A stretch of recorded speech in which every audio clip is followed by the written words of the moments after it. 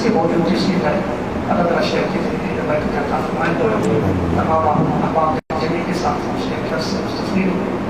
اللہ تعالیٰ شیخ کی مبارک زبان سے نکلی ہوئی ان پیاری نصیحتوں پر عمل کرنے کی توفیق عطا فرمائے۔ بغیر کسی تاخیر کے فریض الشیخ ڈاکٹر باسط طیب صاحب حفظہ اللہ تعالیٰ سے مدرس کو اپنے درس کا آغاز فرمائے۔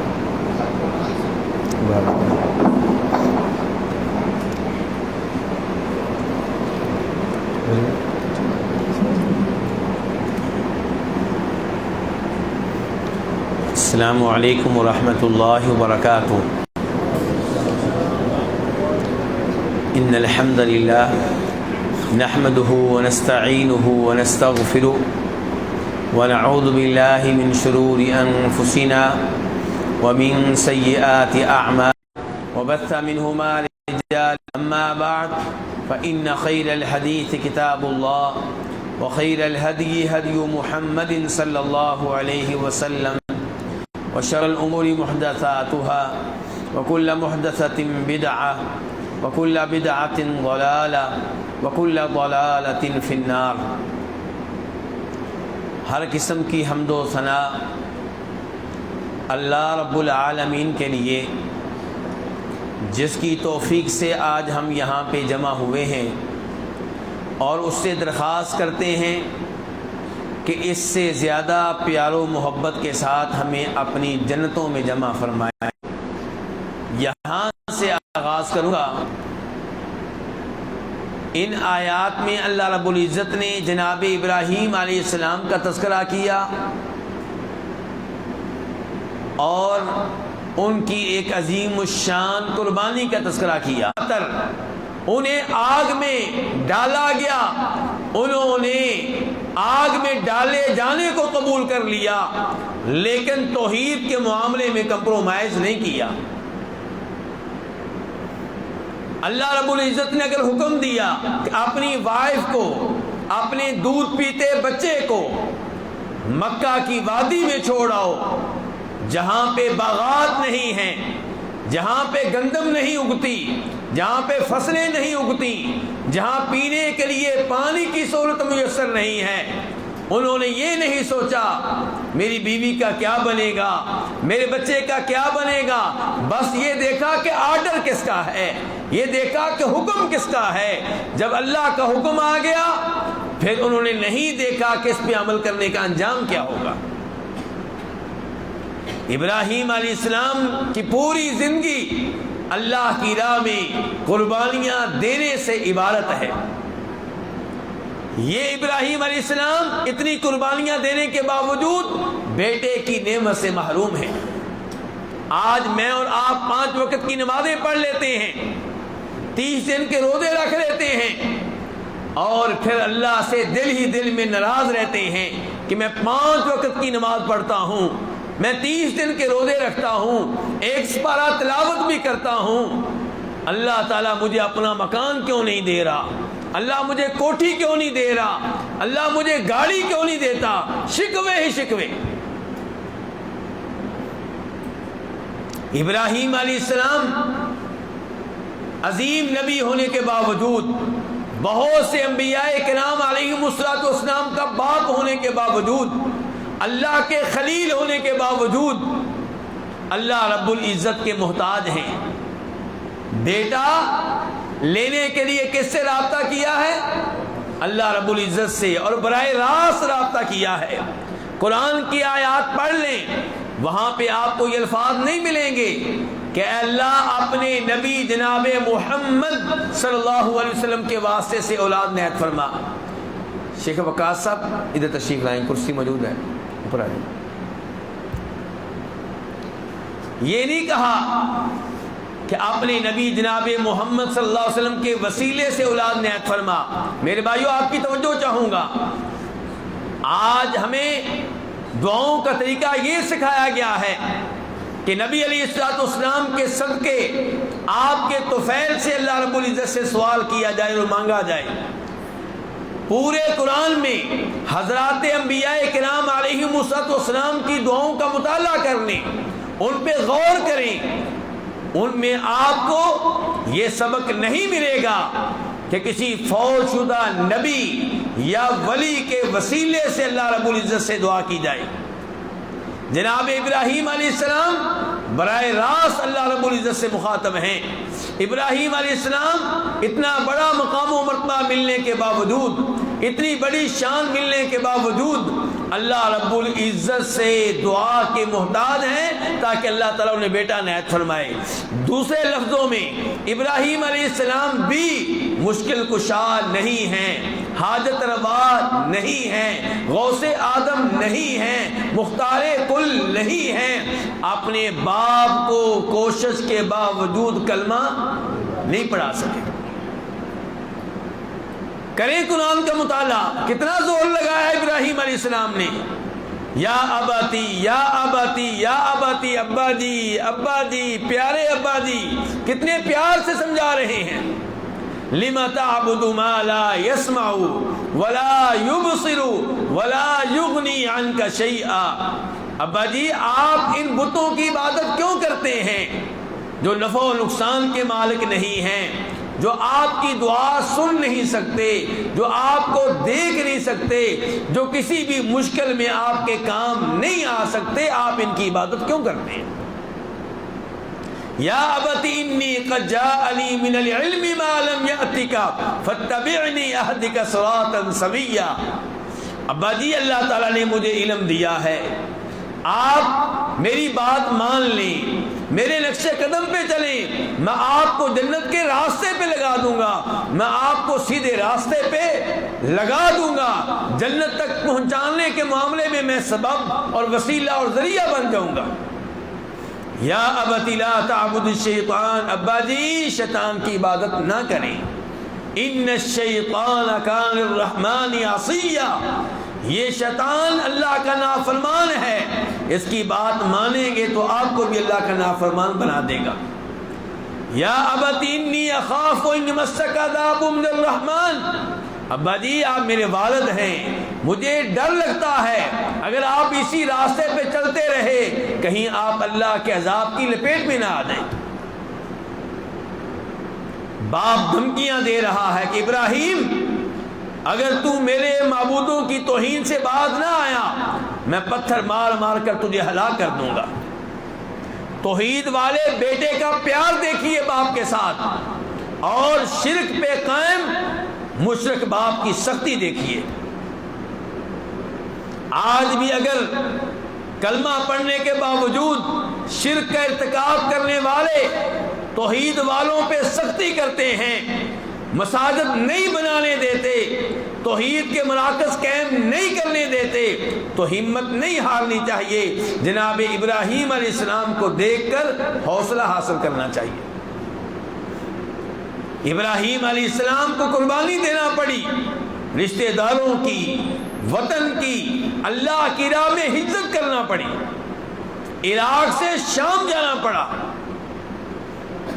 یہ ہے ابراہیم علیہ السلام کی زندگی. دین کے لیے، توحید کے لیے والد کو قربان کیا، رشتہ داروں کو قربان کیا، وطن کو قربان کیا، گھر کو قربان کیا، پراپرٹی کو قربان کیا، اور جب وقت آیا تو اولاد کو بھی قربان کرنے کے لیے تیار تھے. یہ ابراہیم علیہ السلام اللہ رب العزت سے بیٹا مانگ رہے ہیں.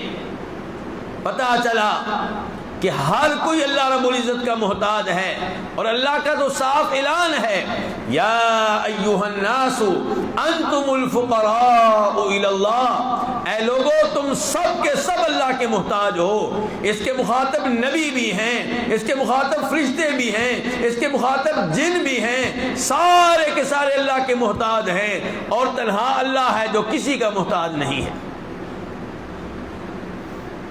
تو ربی حبلی من الصالحین، میں نے اور آپ نے اپنی حاجات کو پورا کرنے کے لیے مشکل اوقات میں اسی رب کو پکارنا ہے جس کو ابراہیم علیہ السلام نے پکارا تھا. اور ابراہیم علیہ السلام نے بڑھاپے کے عالم میں جب اللہ سے بیٹا مانگا ہے تو مایوس ہو کر وہ الفاظ نہیں کہے جو آج کل کئی لوگ کہہ دیتے ہیں، یا اللہ بیٹا دے دے جیسا بھی ہو، چاہے لنگڑا ہو، چاہے معذور ہو، جیسا بھی ہو. ابراہیم علیہ السلام نے ایسے الفاظ نہیں کہے، کہا یا اللہ بیٹا دے لیکن نیک بیٹا دے، بیٹا دے لیکن صالح بیٹا دے، بیٹا دے وہ جو حقوق اللہ کی ادائیگی کا بھی اہتمام کرنے والا ہو اور بندوں کے حقوق کی ادائیگی کا بھی اہتمام کرنے والا ہو، جو ظاہر و باطن دونوں لحاظ سے صالح اور نیک ہو۔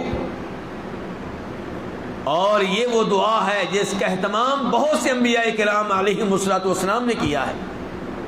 یوسف علیہ السلام کی دعا کیا ہے؟ توفنی مسلما والحقنی بالصالحین، یا اللہ جب مجھے موت آئے تو اسلام کی حالت میں آئے، یا اللہ مجھے صالحین کے ساتھ اپنے ولیوں کے ساتھ جا ملانا۔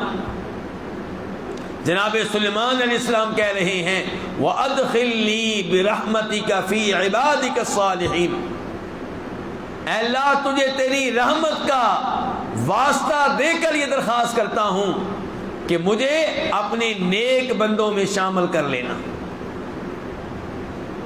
ابراہیم علیہ السلام کہتے ہیں ربی حب لی حکما والحقنی بالصالحین۔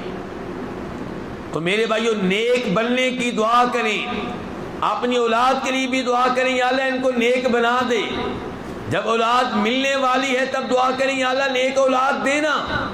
یہ انبیاء کرام علیہم السلام کی دعائیں ہیں، ربی حب لی من الصالحین۔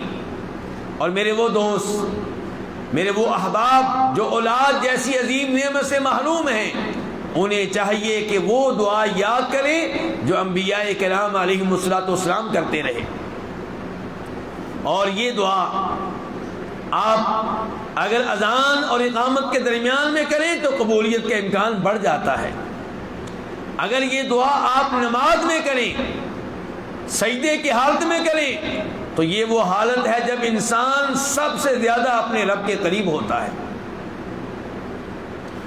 تو ربی حب لی من الصالحین، اللہ رب العزت سے ابراہیم علیہ السلام درخواست کر رہے ہیں کہ یا اللہ نیک اولاد دینا۔ فبشرناہ بغلام حلیم، اللہ رب العزت کہتے ہیں کہ ہم نے ان کی دعا سنی، ہم نے ان کی دعا کو شرف قبولیت بخشا۔ اور یہ اللہ کا وعدہ ہے، صرف ابراہیم علیہ السلام سے نہیں، ہر ایک سے۔ وقال ربکم ادعونی استجب لکم، میرے بندو مجھ سے دعائیں کرو، میں تمہاری دعائیں سنتا ہوں، میں تمہاری دعائیں قبول کرتا ہوں۔ اور اگر دعائیں کرتے ہوئے عرصہ گزر گیا دعائیں قبول نہیں ہوتی تو غور کرنا چاہیے کیا رکاوٹ ہے۔ دعائیں کر رہا ہوں، یہ علاج مجھے فائدہ کیوں نہیں دے رہا، یہ میڈیسن مجھے فائدہ کیوں نہیں دے رہی، رکاوٹ کیا ہے؟ کہیں ایسا تو نہیں کہ آپ حرام مال کھاتے ہو، کہیں ایسا تو نہیں جو لباس پہنتے ہوں وہ سودی ملازمت سے حاصل کیا ہو، کہیں ایسا تو نہیں جو کھانا کھاتے ہوں ہو جو بہن کی زمین ہے، وراثت کی زمین ہے اور آپ نے اس کے اوپر قبضہ کر رکھا ہے۔ سوچنا چاہیے کیا رکاوٹ ہے کہ دعا قبول نہیں ہوتی، ورنہ اللہ رب العزت کا تو وعدہ ہے کہ میں دعائیں قبول کرتا ہوں۔ یہ کام آئیں گی جب آپ ایک ایک نیکی کے محتاج ہوں گے، تو دعائیں ضائع نہیں جاتی۔ آپ 1 سال سے کر رہے ہوں یا 20 سال سے یا 30 سال سے، اور 30 سال کے بعد بھی دعا اسی جوش سے کریں جس جوش سے آپ پہلے دن آپ نے دعا کا آغاز کیا تھا۔ ربی حب لی من الصالحین فبشرناہ بغلام حلیم، ہم نے خوشخبری دی کہ ابراہیم تمہیں ایسا لڑکا دیں گے جو حلیم ہوگا، بردبار ہوگا، صبر کرنے والا ہوگا، باوقار ہوگا۔ اللہ رب العزت نے حلیم جو بیٹا، جب یہ بیٹا دوڑنے کی عمر کو پہنچا، اس عمر میں پہنچا جس عمر میں بیٹا باپ کا ہاتھ پکڑ کر اس کے ساتھ چلتا ہے، بھاگتا ہے، باپ ایسے بیٹے کو دیکھ کر خوش ہوتا ہے کہ میرا بیٹا جوان ہو رہا ہے، میرا بیٹا میرے شریعت ہوتے ہیں، دین ہوتے ہیں، اللہ رب العزت کی طرف سے ہوتے ہیں۔ میرا اور آپ کا خواب اس کی کیا حیثیت ہے؟ میرا اور آپ کا خواب شریعت کی روشنی میں جانچا جائے گا، اسے پرکھا جائے گا، اسے دیکھا جائے گا، شریعت کے مطابق ہوگا تو اس کے اوپر عمل کریں گے، شریعت کے مخالف ہوگا تو اس کی کوئی حیثیت نہیں ہوگی۔ لیکن حضرات انبیاء کرام علیہم الصلوۃ والسلام کے خواب دین ہوتے ہیں، اللہ کا آرڈر ہوتے ہیں، اللہ کی طرف سے وحی ہوتے ہیں۔ اس لیے اپنے بیٹے سے اس موضوع پہ بات کی کہ بیٹا میں خواب میں تمہیں دیکھتا ہوں کہ میں تمہیں ذبح کر رہا ہوں، فانظر ماذا تری، بیٹا غور کرو تمہاری اس بارے میں کیا رائے ہے، ہمیں کیا کرنا چاہیے۔ ابراہیم علیہ السلام بیٹے سے یہ مشورہ کیوں کر رہے ہیں؟ اللہ کا حکم آ جائے تو کیا پھر اولاد سے مشورہ کرنا چاہیے؟ بظاہر مجھے اور آپ کو یوں محسوس ہوتا ہے کہ اس شکل میں چاہیے تھا بیٹے کو پکڑتے اور نیچے لٹاتے اور چھری جلا دیتے، لیکن نہیں۔ جب آپ تبلیغ کریں، جب آپ نماز کی دعوت دیں، جب آپ سودی ملازمت ترک کرنے کی ترغیب دیں تو اس کا بھی ایک انداز ہوتا ہے، ایک طریقہ ہوتا ہے۔ ابراہیم علیہ السلام اپنے بیٹے سے اس موضوع پہ گفتگو کر رہے ہیں، اس لیے نہیں کہ بیٹا انکار کرے گا تو ابراہیم علیہ السلام خاموش ہو جائیں گے، بیٹے کی منت کریں گے، بلکہ ابراہیم علیہ السلام کی تربیت ہے، ایک عظیم نبی کی تربیت ہے۔ ان کو معلوم ہے بیٹا جب سنے گا کہ اللہ کا حکم ہے، یہ اللہ کی طرف سے ہے، بیٹا عمل کرنے کے لیے فوراً تیار ہو جائے گا۔ چاہتے ہیں کہ بیٹا بھی اعلان کرے کہ ابا جی اس حکم کی تعمیل کے لیے میں بھی تیار ہوں، اور بیٹا بھی باپ کی طرح اللہ رب العزت سے اجر و ثواب حاصل کرے، بیٹا بھی اللہ تعالیٰ کو راضی کرنے کے عمل میں شریک ہو جائے، بیٹا بھی اللہ کی محبت پانے کے عمل کا حصہ دار بن جائے۔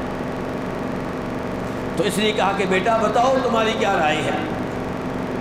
قال یا ابت افعل ما تؤمر، ابا جی جو اللہ کا آرڈر ملا ہے اس پہ عمل کر گزریے۔ دیکھیے اسماعیل علیہ السلام نے یہ نہیں کہا کہ ابا جی ٹھیک ہے اگر آپ کو خواب آ رہے ہیں تو میں رکاوٹ نہیں بنوں گا، مجھے کوئی اعتراض نہیں ہوگا، میرا کوئی شکوہ نہیں ہے، بلکہ کہا ابا جی عمل کیجئے، چھری چلائیے، ذبح کیجئے۔ میرے بھائیوں کہہ دینا آسان ہے، عمل بہت مشکل ہے۔ میرے اور آپ کے سامنے بیٹا فوت ہو رہا ہو، بغیر کسی کے مارے، بغیر کسی کے قتل کیے، ہم سے صبر نہیں ہو پاتا، اور یہاں اپنے ہاتھ سے ذبح کرنا ہے، چھری خود چلانی ہے۔ ابراہیم علیہ السلام کا امتحان ہو رہا ہے، ان کی آزمائش ہو رہی ہے۔ بیٹا کہتا ہے ستجدنی انشاء اللہ من الصابرین، ابا جی آپ عمل کیجئے اور مجھے آپ انشاءاللہ صبر کرنے والا پائیں گے۔ اس سے کیا سبق ملا؟ اس سے کیا درس ملا؟ کہ جب آپ کوئی مستقبل کے بارے میں بات کریں کہ میں یہ کام کروں گا یا نہیں کروں گا، کیا کہیں؟ انشاءاللہ۔ آپ کا ارادہ وہاں فیل ہو جائے گا جہاں اللہ کی مشیت نہ ہو، آپ کا عزم وہاں کچھ نہیں کر سکے گا جہاں اللہ کا ارادہ اور مشیت نہ ہو۔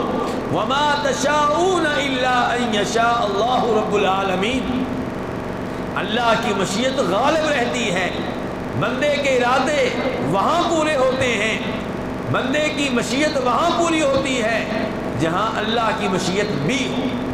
اس لیے انشاءاللہ کہنا چاہیے۔ لیکن میرے بھائیوں جب کسی سے وعدہ کریں کہ میں آپ کا یہ کام کر دوں گا، میں آپ کو قرضہ واپس کر دوں گا، میں آپ کو قرضہ دے دوں گا، تو وعدہ کرتے ہوئے نیت میں کھوٹ نہیں ہونی چاہیے۔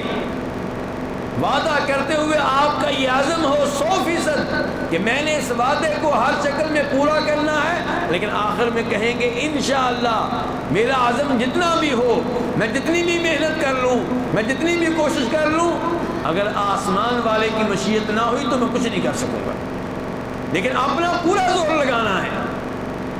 تو یہاں پہ ابراہیم علیہ السلام سے اسماعیل علیہ السلام کہنے کہ ابا جی آپ عمل کیجئے، آپ مجھے انشاءاللہ صبر کرنے والا پائیں گے۔ فلما اسلما وتلہ للجبین، جب دونوں اللہ کے حکم پہ عمل کرنے کے لیے تیار ہو گئے اور ابراہیم علیہ السلام نے بیٹے کو زمین پہ لٹا لیا۔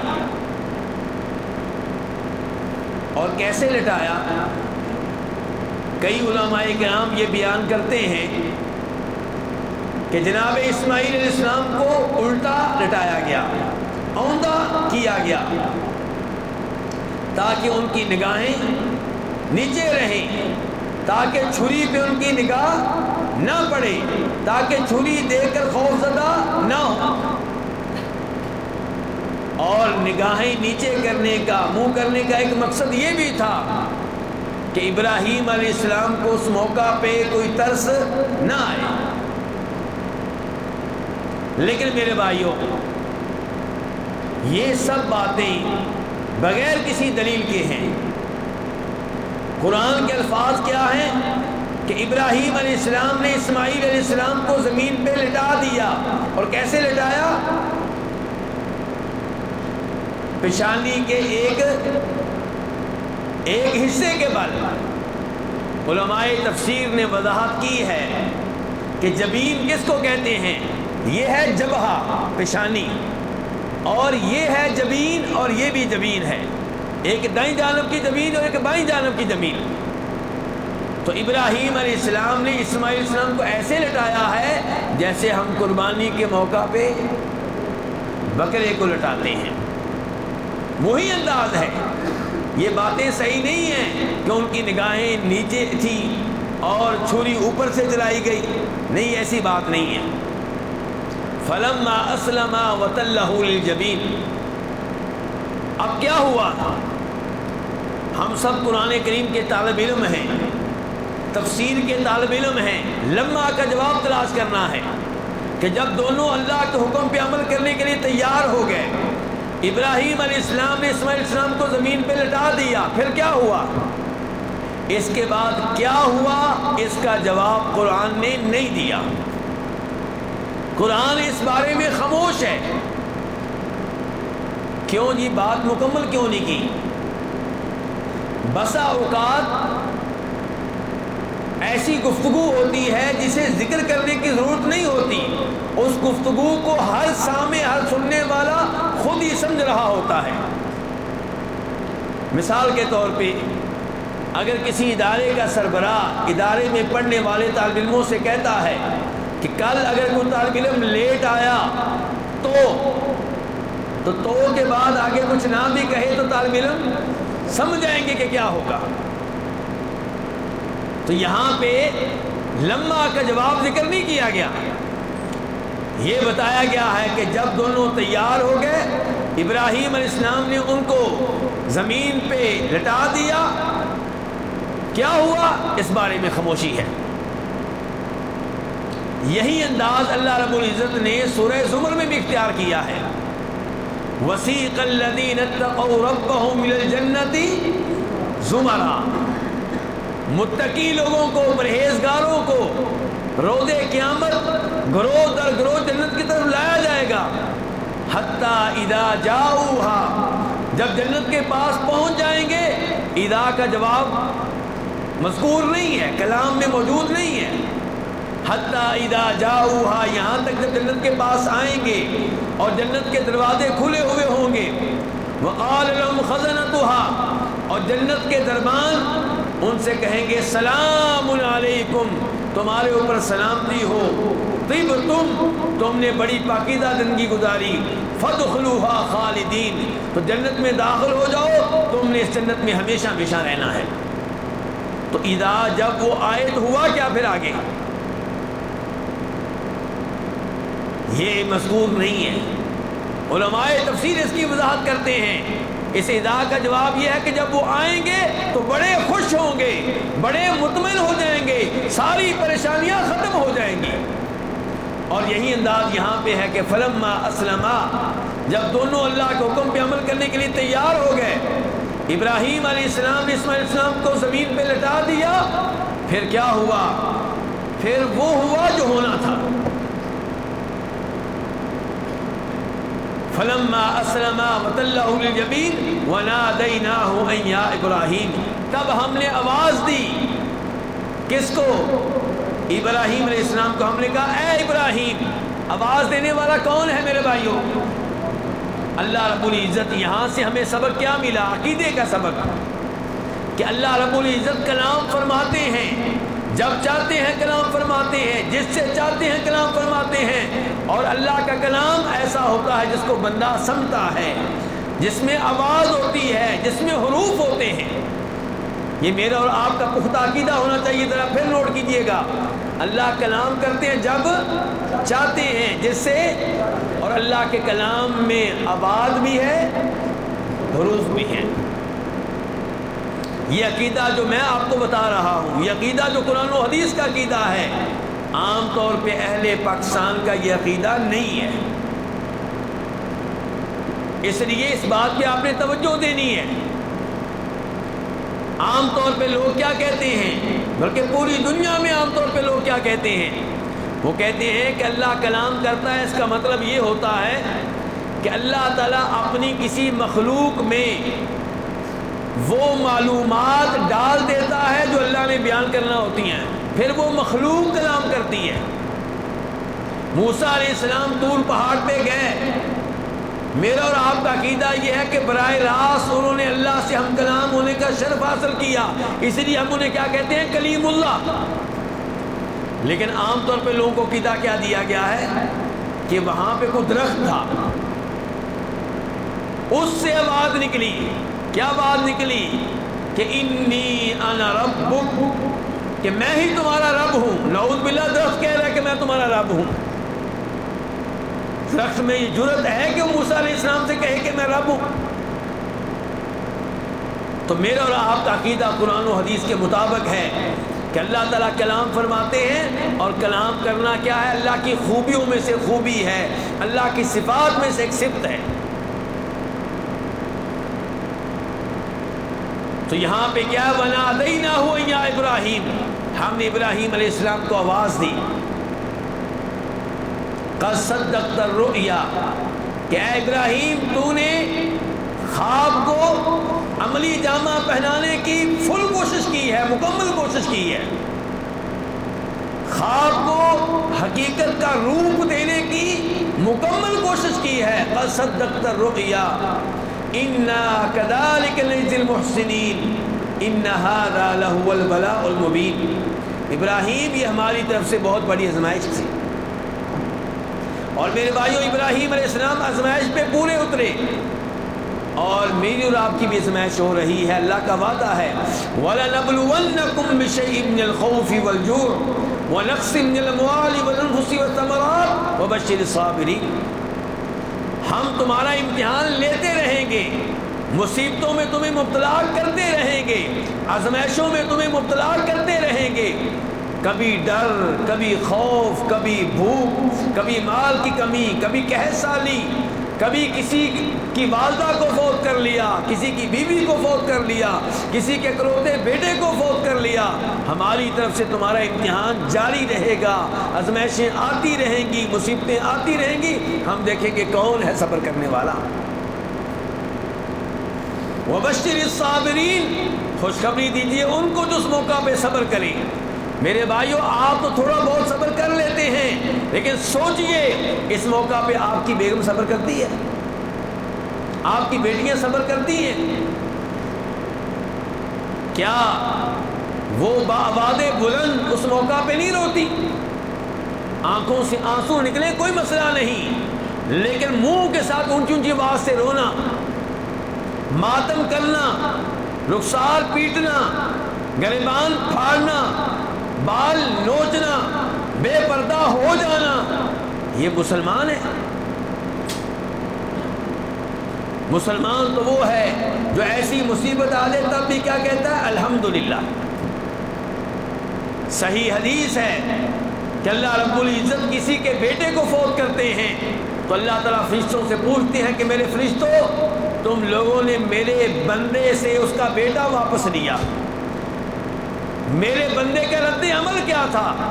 فرشتے کہتے ہیں یا اللہ اس نے الحمدللہ کہا۔ فرمایا میرے بندے کا جنت میں محل قائم کر دو اور اس کا نام کیا رکھو؟ حمد ہاؤس۔ یہ ہے صبر کرنے والا بندہ۔ وَبَشِّرِ الصَّابِرِينَ الَّذِينَ إِذَا أَصَابَتْهُمْ مُصِيبَةٌ قَالُوا إِنَّا لِلَّهِ وَإِنَّا إِلَيْهِ رَاجِعُونَ۔ اللہ نے بیٹا دیا تھا، اس نے لے لیا، پھر کیا ہوا؟ جس کی چیز تھی اس نے واپس لے لی، جس کی امانت تھی اس نے واپس لے لی، تو اس پہ اعتراض کس بات کا؟ ماتم کس بات کا؟ رخسار کیوں پیٹے جا رہے ہیں؟ زنجیر زنی کیوں ہو رہی ہے؟ الذین اذا اصابت مصیبہ، مسلمان وہ ہے جس پہ چھوٹی مصیبت آئے، بڑی آئے، پاؤں میں کانٹا چپ جائے، مسجد سے جوتا گم ہو جائے، کیا کہتا ہے؟ انا للہ و انا الیہ راجعون۔ لیکن ہم یہ نہیں کہتے، ہم سب سے پہلے مسجد سے نکلتے ہی جوتا جب مایوس ہو جاتے ہیں 10-15 اس کو گالیاں دیتے ہیں۔ نماز کا حساب کتاب مسجد کے گیٹ پہ ہی پورا کر دیتے ہیں، جو نیکیاں جمع کی ہوتی ہیں ادھر ہی واپس کر کے آ جاتے ہیں گھر۔ نہیں میرے بھائی، جوتا مل جائے گا، اللہ اس سے بہتر مال دے گا۔ آپ یہ الفاظ کہہ کر دیکھیں، انا للہ و انا الیہ راجعون، یہ الفاظ کب کہے جاتے ہیں؟ جب کوئی مر جائے، یا اس کے علاوہ بھی کہہ سکتے ہیں؟ کوئی بھی مصیبت آئی یہ الفاظ کہنے چاہیے، انا للہ و انا الیہ راجعون۔ جب سیدہ عائشہ رضی اللہ عنہا قافلے سے پیچھے رہ گئی تھی، تنہا تھی، اور آپ علیہ الصلوۃ والسلام نے جناب صفوان کی ڈیوٹی لگا رکھی تھی کہ تو نے پیچھے پیچھے آنا ہے۔ انہوں نے جب سیدہ عائشہ کو دیکھا کہ وہ لیٹی ہوئی ہیں، ان کو دیکھ کے کیا کہا تھا؟ انا للہ و انا الیہ راجعون۔ اللہ تعالیٰ کہتے ہیں اولئک علیہم صلوات من ربہم ورحمہ، ایسے لوگوں کی میں شان کو بلند کرتا ہوں، ایسے لوگوں کے مقام کو بلند کرتا ہوں، ایسے عظیم لوگوں کا تذکرہ میں اپنے مقرب اور مقدس فرشتوں میں کرتا ہوں، ایسے لوگ میری رحمت کے حقدار ہیں، ایسے لوگ ہدایت کے اوپر ہیں۔ تو میرے بھائیو، آزمائشیں آتی رہیں گی اس وقت تک جب تک کہ ہم فوت نہیں ہو جاتے۔ امام احمد بن حنبل سے پوچھا گیا تھا، امام صاحب سکون کب ملے گا، راحت کب ہمارے نصیب میں ہوگی؟ کیا کہا تھا؟ جب جنت میں پہلا قدم رکھیں گے، جب جنت میں پہلا قدم رکھیں گے پھر راحت ملے گی۔ اس سے پہلے ازمائشیں ہی ازمائشیں ہیں، پریشانیاں ہی پریشانیاں ہیں۔ مومن کی زندگی پریشانیوں میں گزرتی ہے، اور ان پریشانیوں پہ صبر کرتا رہتا ہے، گناہ ساتھ ساتھ ختم ہوتے رہتے ہیں۔ ان ھذا لہو البلاء المبین وفدیناہ بذبح عظیم۔ فرمایا ہم نے ابراہیم علیہ السلام کو اسماعیل علیہ السلام کے بدلے میں کیا دیا؟ ایک جانور دیا۔ وہ کیا تھا؟ مینڈا۔ کون سا مینڈا؟ حابیل والا کہ قابیل والا؟ جی آپ کو معلوم ہے نا کہ آدم علیہ السلام کے 2 بیٹوں حابیل اور قابیل نے اللہ کی راہ میں قربانی دی، تو کس کی قربانی قبول ہوئی تھی؟ حابیل کی، اور قابیل کی قبول نہیں ہوئی تھی۔ حابیل نے قربانی میں کیا دیا تھا؟ مینڈا۔ وہ مینڈا اللہ کو اتنا پسند آیا کہ اس کو جنت میں پہنچا دیا گیا، جنت میں پلتا رہا۔ اور جب اسماعیل علیہ السلام کو ابراہیم علیہ السلام ذبح کرنے لگے تو اللہ تعالیٰ نے جبریل علیہ السلام کے ذریعے مینڈا بھیج دیا، جنت سے آیا ہوا مینڈا ذبح کیا تھا کس نے؟ ابراہیم علیہ السلام نے۔ یہ ہیں وہ معلومات جو ہمیں دی جاتی ہیں لیکن بغیر کسی دلیل کے۔ اسرائیلی روایات ہیں، یہودیوں عیسائیوں سے لی گئی معلومات ہیں، ہم نے ان کے اوپر نہ یقین کرنا ہے اور نہ یقین کے انداز میں پبلک میں ان معلومات کو بیان کرنا ہے۔ ہمیں اتنا بتایا گیا کہ ایک جانور دیا گیا، کہاں سے آیا اللہ بہتر جانتا ہے۔ ضروری نہیں کہ ہم ہر چیز کے بارے میں معلومات لیں۔ اگر ہر چیز کے بارے میں معلومات لیں گے تو کئی دفعہ بڑا نقصان ہو جاتا ہے۔ ایک بہت بڑے خطیب تھے پنجابی کے، وہ کسی مسجد میں خطبہ ارشاد فرما رہے تھے۔ پہلے خطبے کے بعد بیٹھے تو سوال لکھنے والوں نے سوال لکھ کر بھیجا کہ قرآن کریم میں عیسیٰ علیہ السلام کے والد کا تذکرہ آیا ہے؟ انہوں نے کہا قرآن کریم میں عیسیٰ علیہ السلام کے والد کا تذکرہ بڑی تفصیل کے ساتھ کیا ہے، انشاءاللہ کسی موقع پہ مستقل خطبہ اسی موضوع پہ دوں گا۔ کس موضوع پہ؟ عیسیٰ علیہ السلام کے۔ غلطی مجھ سے بھی ہو جاتی ہے، ہر ایک سے ہو جاتی ہے، یہ کوئی بڑی بات نہیں ہے، لیکن کہنے کا مطلب یہ ہے کہ جو معلومات ہمیں نہیں دی گئیں ہم ان معلومات میں کیوں پڑھتے ہیں؟ ایسی تفصیلات بیان کرنے کی کوشش کیوں کرتے ہیں جو اللہ رب العزت نے ہمیں دی نہیں ہے؟ تو ہمیں یہ بتایا گیا کہ کوئی جانور تھا، یہ نہیں بتایا گیا کہ جنت سے آیا تھا، یہ نہیں بتایا گیا کہ حابیل والا تھا، نہ یہ بتایا گیا کہ حابیل والا بکرا جنت میں پہنچ چکا ہے وہاں پال رہا ہے، ایسی کوئی بات ہمیں نہیں بتائے گی۔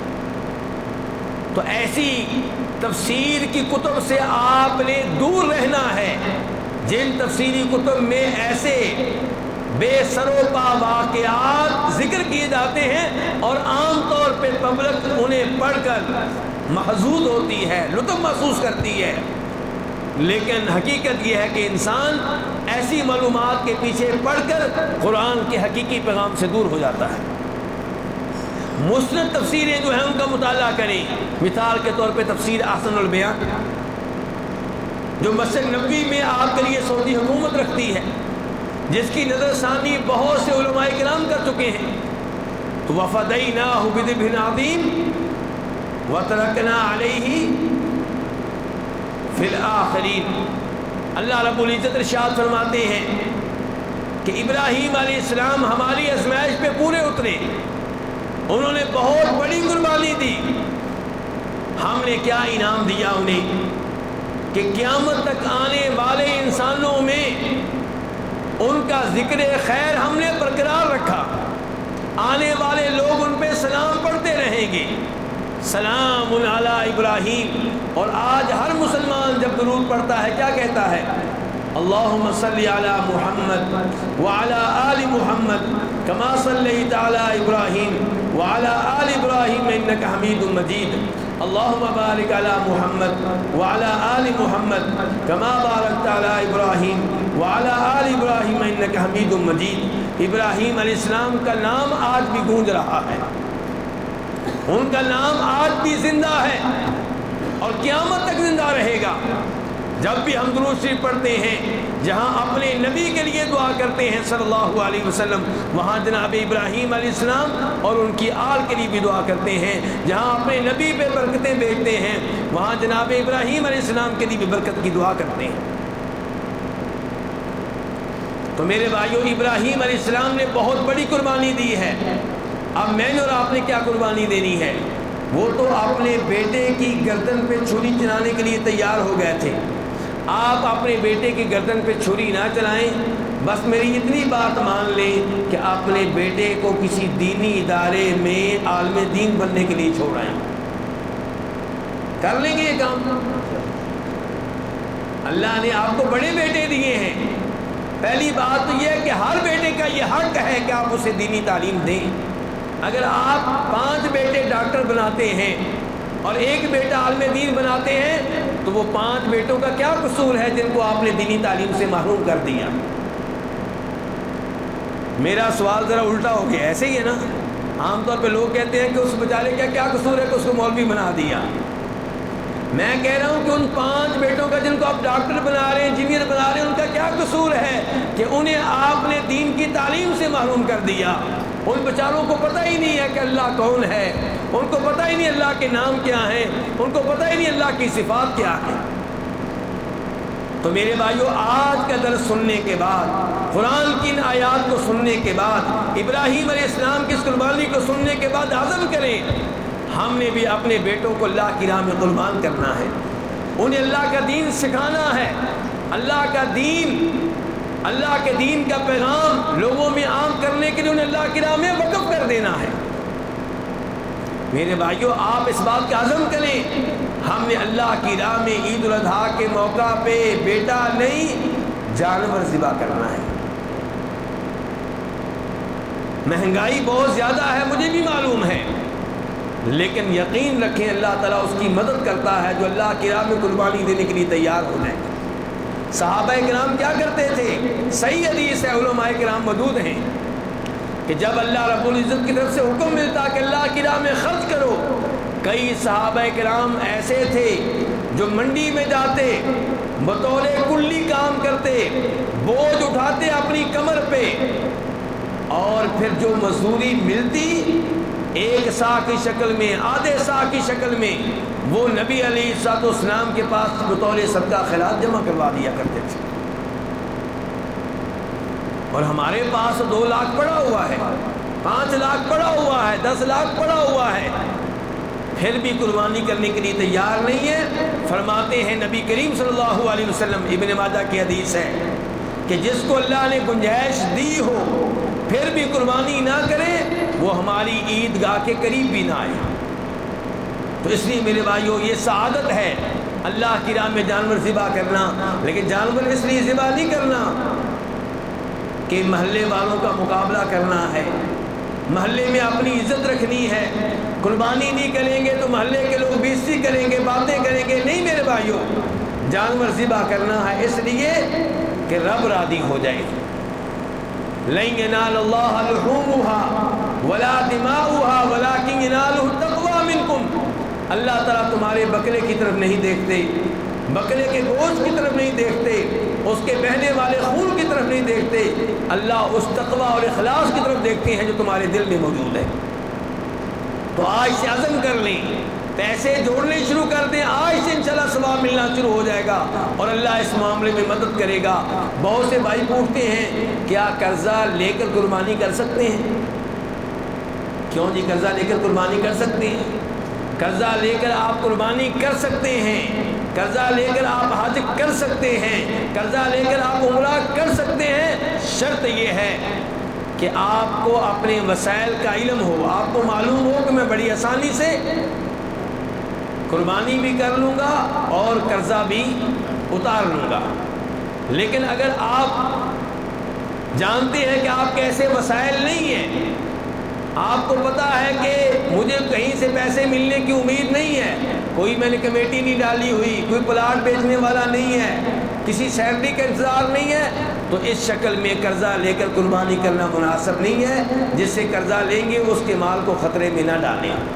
ایسے کوئی آدمی حج پہ جانا چاہتا ہے قرضہ لے کر، کوئی مسئلہ نہیں، اگر اس کو پتا ہے کہ 1 سال کے بعد مجھے فلاں جگہ سے پیسے ملنے والے ہیں، وراثت کا مال ملنے والا ہے، میری پینشن مجھے ملنے والی ہے، فلاں جگہ سے پیسے آنے والے ہیں اور میں بڑی آسانی سے وقت پہ قرضہ واپس کر دوں گا، تو انشاءاللہ اس میں کوئی حرج نہیں ہے۔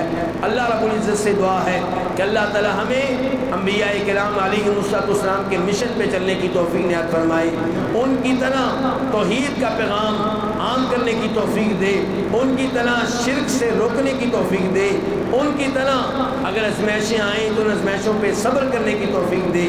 یا اللہ ہم سب کے دین اور ایمان کی حفاظت فرما، ہمارے بچوں کو ہر طرح کے فتنوں سے محفوظ فرما۔ یا اللہ اس ملک کی حفاظت فرما، یا اللہ اس ملک کی دین کے لحاظ سے، دنیا کے لحاظ سے حفاظت فرما۔